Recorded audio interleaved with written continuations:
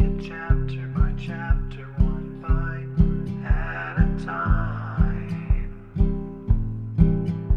So many adventures and mountains we can climb. Take it word for word, line by line, one bite at a time.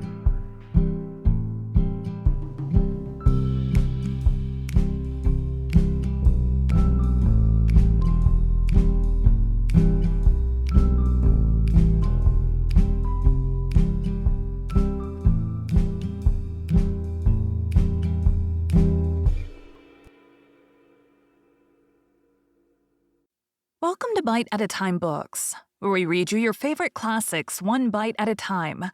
My name is Bree Carlile, and I love to read, and wanted to share my passion with listeners like you. If you want to know what's coming next and vote on upcoming books, sign up for our newsletter at biteatatimebooks.com. You'll also find our new t-shirts in the shop, including podcast shirts and quote shirts from your favorite classic novels. Be sure to follow my show on your favorite podcast platform so you get all the new episodes. You can find most of our links in the show notes. But also our website, biteatatimebooks.com, includes all of the links for our show, including to our Patreon to support the show, and YouTube, where we have special behind the narration of the episodes. We're part of the Bite at a Time Books Productions Network. If you'd also like to hear what inspired your favorite classic authors to write their novels, and what was going on in the world at the time, check out the Bite at a Time Books Behind the Story podcast, wherever you listen to podcasts. Please note, while we try to keep the text as close to the original as possible, some words have been changed to honor the marginalized communities who've identified the words as harmful, and to stay in alignment with Bite at a Time Books' brand values. Today we'll be continuing Rilla of Ingleside by Lucy Maud Montgomery. Chapter 31. Mrs. Matilda Pittman. Rilla and Jims were standing on the rear platform of their car when the train stopped at the little Millward siding. The August evening was so hot and close that the crowded cars were stifling. Nobody ever knew just why trains stopped at Millward siding. Nobody was ever known to get off there or get on. There was only one house nearer to it than 4 miles, and it was surrounded by acres of blueberry barrens and scrub spruce trees. Rilla was on her way into Charlottetown to spend the night with a friend, and the next day in Red Cross shopping. She had taken Jims with her partly because she did not want Susan or her mother to be bothered with his care, partly because of a hungry desire in her heart to have as much of him as she could before she might have to give him up forever. James Anderson had written to her not long before this. He was wounded and in the hospital. He would not be able to go back to the front, and as soon as he was able, he would be coming home for Jims. Rilla was heavy-hearted over this, and worried also. She loved Jims dearly and would feel deeply giving him up in any case. But if Jim Anderson were a different sort of man with a proper home for the child, it would not be so bad. But to give Jims up to a roving, shiftless, irresponsible father, however kind and good-hearted he might be, and she knew Jim Anderson was kind and good-hearted enough, was a bitter prospect to Rilla. It was not even likely Anderson would stay in the Glen. He had no ties there now. He might even go back to England. She might never see her dear, sunshiny, carefully brought-up little Jims again. With such a father, what might his fate be? Rilla meant to beg Jim Anderson to leave him with her, but from his letter she had not much hope that he would. If he would only stay in the Glen where I could keep an eye on Jims and have him often with me, I wouldn't feel so worried over it, she reflected. But I feel sure he won't, and Jims will never have any chance. And he's such a bright little chap. He has ambition wherever he got it, and he isn't lazy. But his father will never have a cent to give him any education or start in life.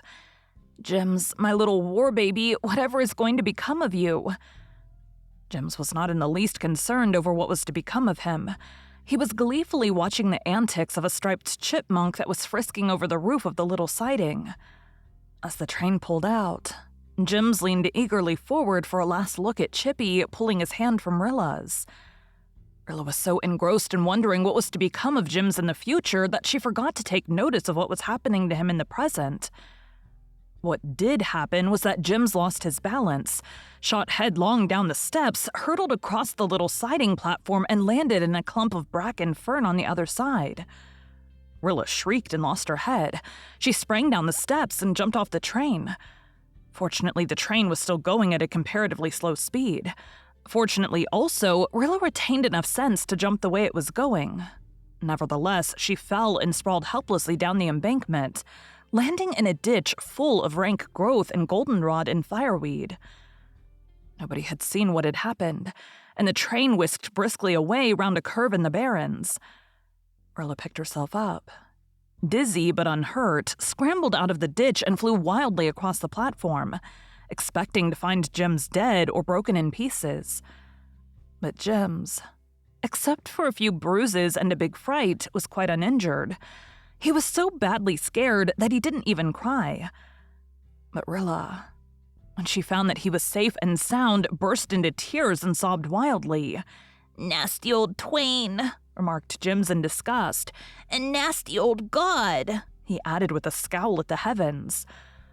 A laugh broke into Rilla's sobbing, producing something very like what her father would have called hysterics. But she caught herself up before the hysteria could conquer her.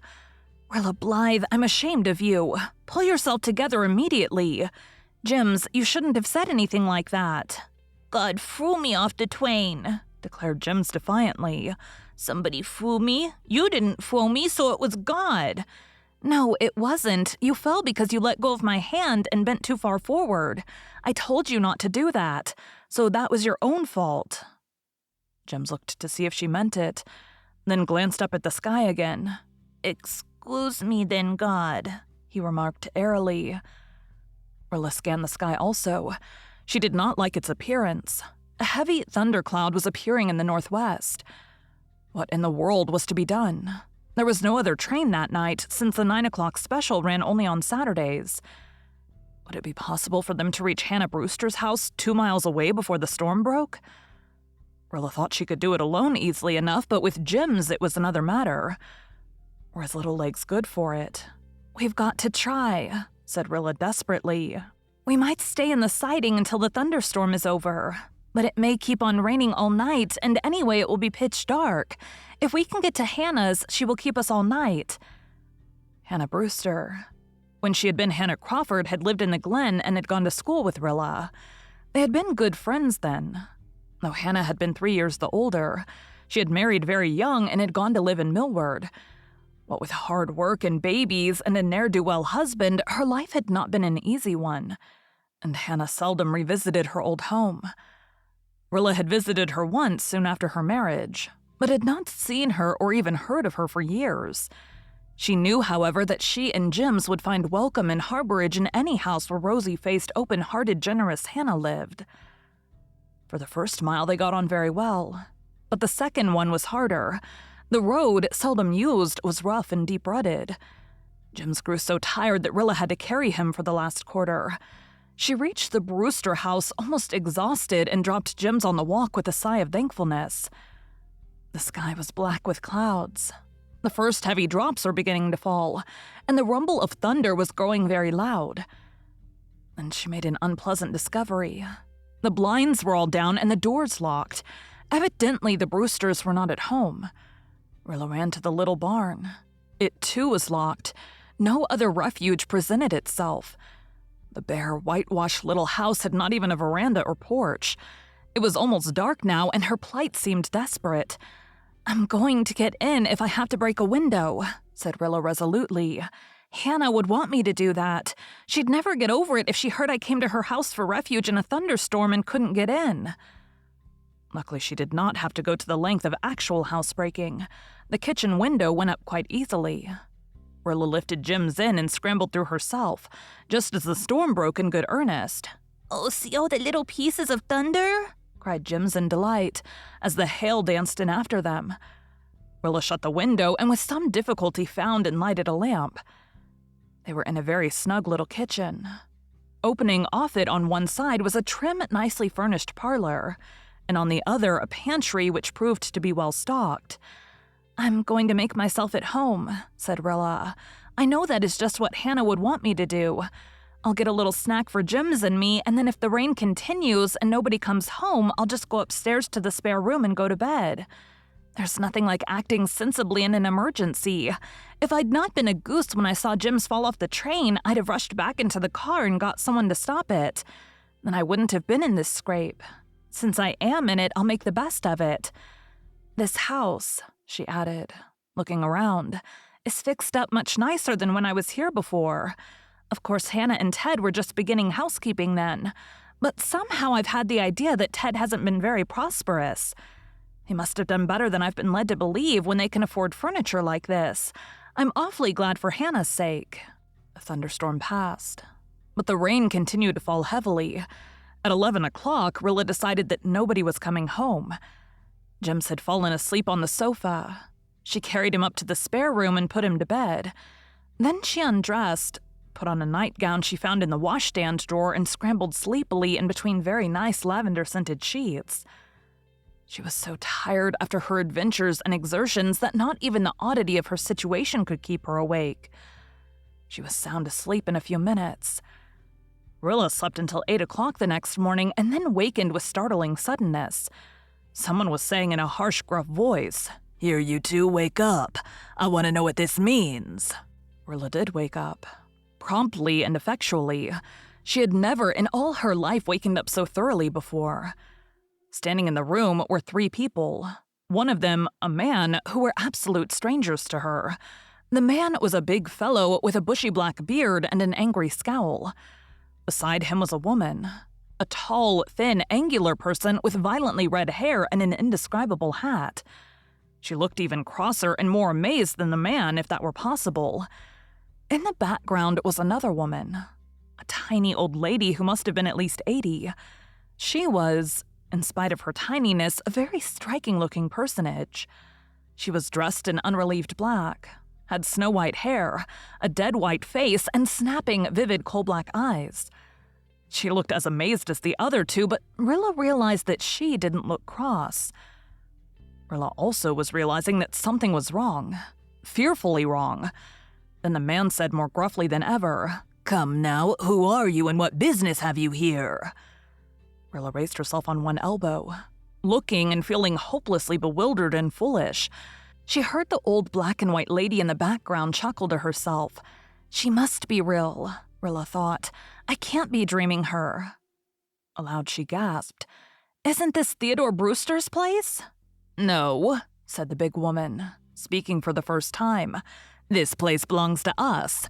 We bought it from the Brewsters last fall. They moved to Greenvale. Our name is Chapley."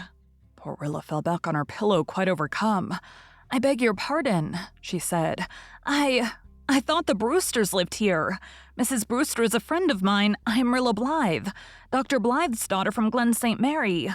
I was going to town with this little boy, and he fell off the train, and I jumped off after him, and nobody knew of it. I knew we couldn't get home last night, and a storm was coming up, so we came here, and when we found nobody at home, we just got in through the window and made ourselves at home." "So it seems," said the woman sarcastically. "A likely story," said the man. "We weren't born yesterday," added the woman. Madame Black and White didn't say anything, but when the other 2 made their pretty speeches, she doubled up in a silent convulsion of mirth, shaking her head from side to side and beating the air with her hands. Rilla, stung by the disagreeable attitude of the Chapleys, regained her self-possession and lost her temper. She sat up in bed and said in her haughtiest voice, "I do not know when you were born or where, but it must have been somewhere where very peculiar manners were taught. If you will have the decency to leave my room, this room, until I can get up and dress, I shall not transgress upon your hospitality." Rilla was killingly sarcastic. "Any longer, and I shall pay you amply for the food we have eaten and the night's lodging I have taken." The black and white apparition went through the motion of clapping her hands, but not a sound did she make. Perhaps Mr. Chapley was cowed by Rilla's tone, or perhaps he was appeased at the prospect of payment. At all events, he spoke more civilly. "Well, that's fair. If you pay up, it's all right." "She shall do no such thing as pay you," said Madam Black and White in a surprisingly clear, resolute, authoritative tone of voice. "If you haven't got any shame for yourself, Robert Chapley, you've got a mother-in-law who can be ashamed for you. No stranger shall be charged for room and lodging in any house where Mrs. Matilda Pittman lives. Remember that. Though I may have come down in the world, I haven't quite forgot all decency for all that. I knew you was a skinflint when Amelia married you, and you've made her as bad as yourself. But Mrs. Matilda Pittman has been boss for a long time, and Mrs. Matilda Pittman will remain boss. Here you, Robert Chapley, take yourself out of here and let that girl get dressed. And you, Amelia, go downstairs and cook a breakfast for her." Never in all her life had Rilla seen anything like the abject meekness with which those two big people obeyed that might. They went without word or look of protest. As the door closed behind them, Mrs. Matilda Pittman laughed silently and rocked from side to side in her merriment. "Ain't it funny?" she said. "I mostly lets them run the length of their tether, but sometimes I has to pull them up and then I does it with a jerk. They don't dast aggravate me because I've got considerable hard cash and they're afraid I won't leave it all to them. Neither I will. I'll leave 'em some, but some I won't, just to vex 'em. I haven't made up my mind where I will leave it, but I'll have to soon, for an 80 a body is living on borrowed time. Now you can take your time about dressing, my dear, and I'll go down and keep them mean scalawags in order. That's a handsome child you have there. Is he your brother?"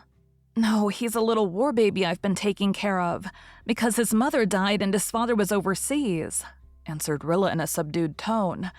"War baby. Humph. Well, I'd better skin out before he wakes up or he'll likely start crying. Children don't like me. Never did. I can't recollect any youngster ever coming near me of its own accord. Never had any of my own. Amelia was my stepdaughter. Well, it saved me a world of bother. If kids don't like me, I don't like them, so that's an even score. But that certainly is a handsome child." Jims chose this moment for waking up. He opened his big brown eyes and looked at Mrs. Matilda Pittman unblinkingly. Then he sat up, dimpled deliciously, pointed to her, and said solemnly to Rilla, "Pretty lady, Willa, pretty lady." Mrs. Matilda Pittman smiled. Even 80-odd is sometimes vulnerable in vanity. "I've heard that children and fools tell the truth," she said. "I was used to compliments when I was young, but they're scarcer when you get as far along as I am. I haven't had one for years. It tastes good. I suppose now, you monkey, you wouldn't give me a kiss." Then Jims did a quite surprising thing. He was not a demonstrative youngster and was chary with kisses even to the Ingleside people. But without a word, he stood up in bed, his plump little body encased only in his undershirt, ran to the footboard, flung his arms about Mrs. Matilda Pittman's neck, and gave her a bear hug, accompanied by 3 or 4 hearty, ungrudging smacks. "Jims!" protested Rilla, aghast at this liberty. "You leave him be," ordered Mrs. Matilda Pittman, setting her bonnet straight. "Laws, I like to see someone that isn't scared of me. Everybody is. You are, though you're trying to hide it. And why? Of course Robert and Amelia are, because I make 'em scared on purpose.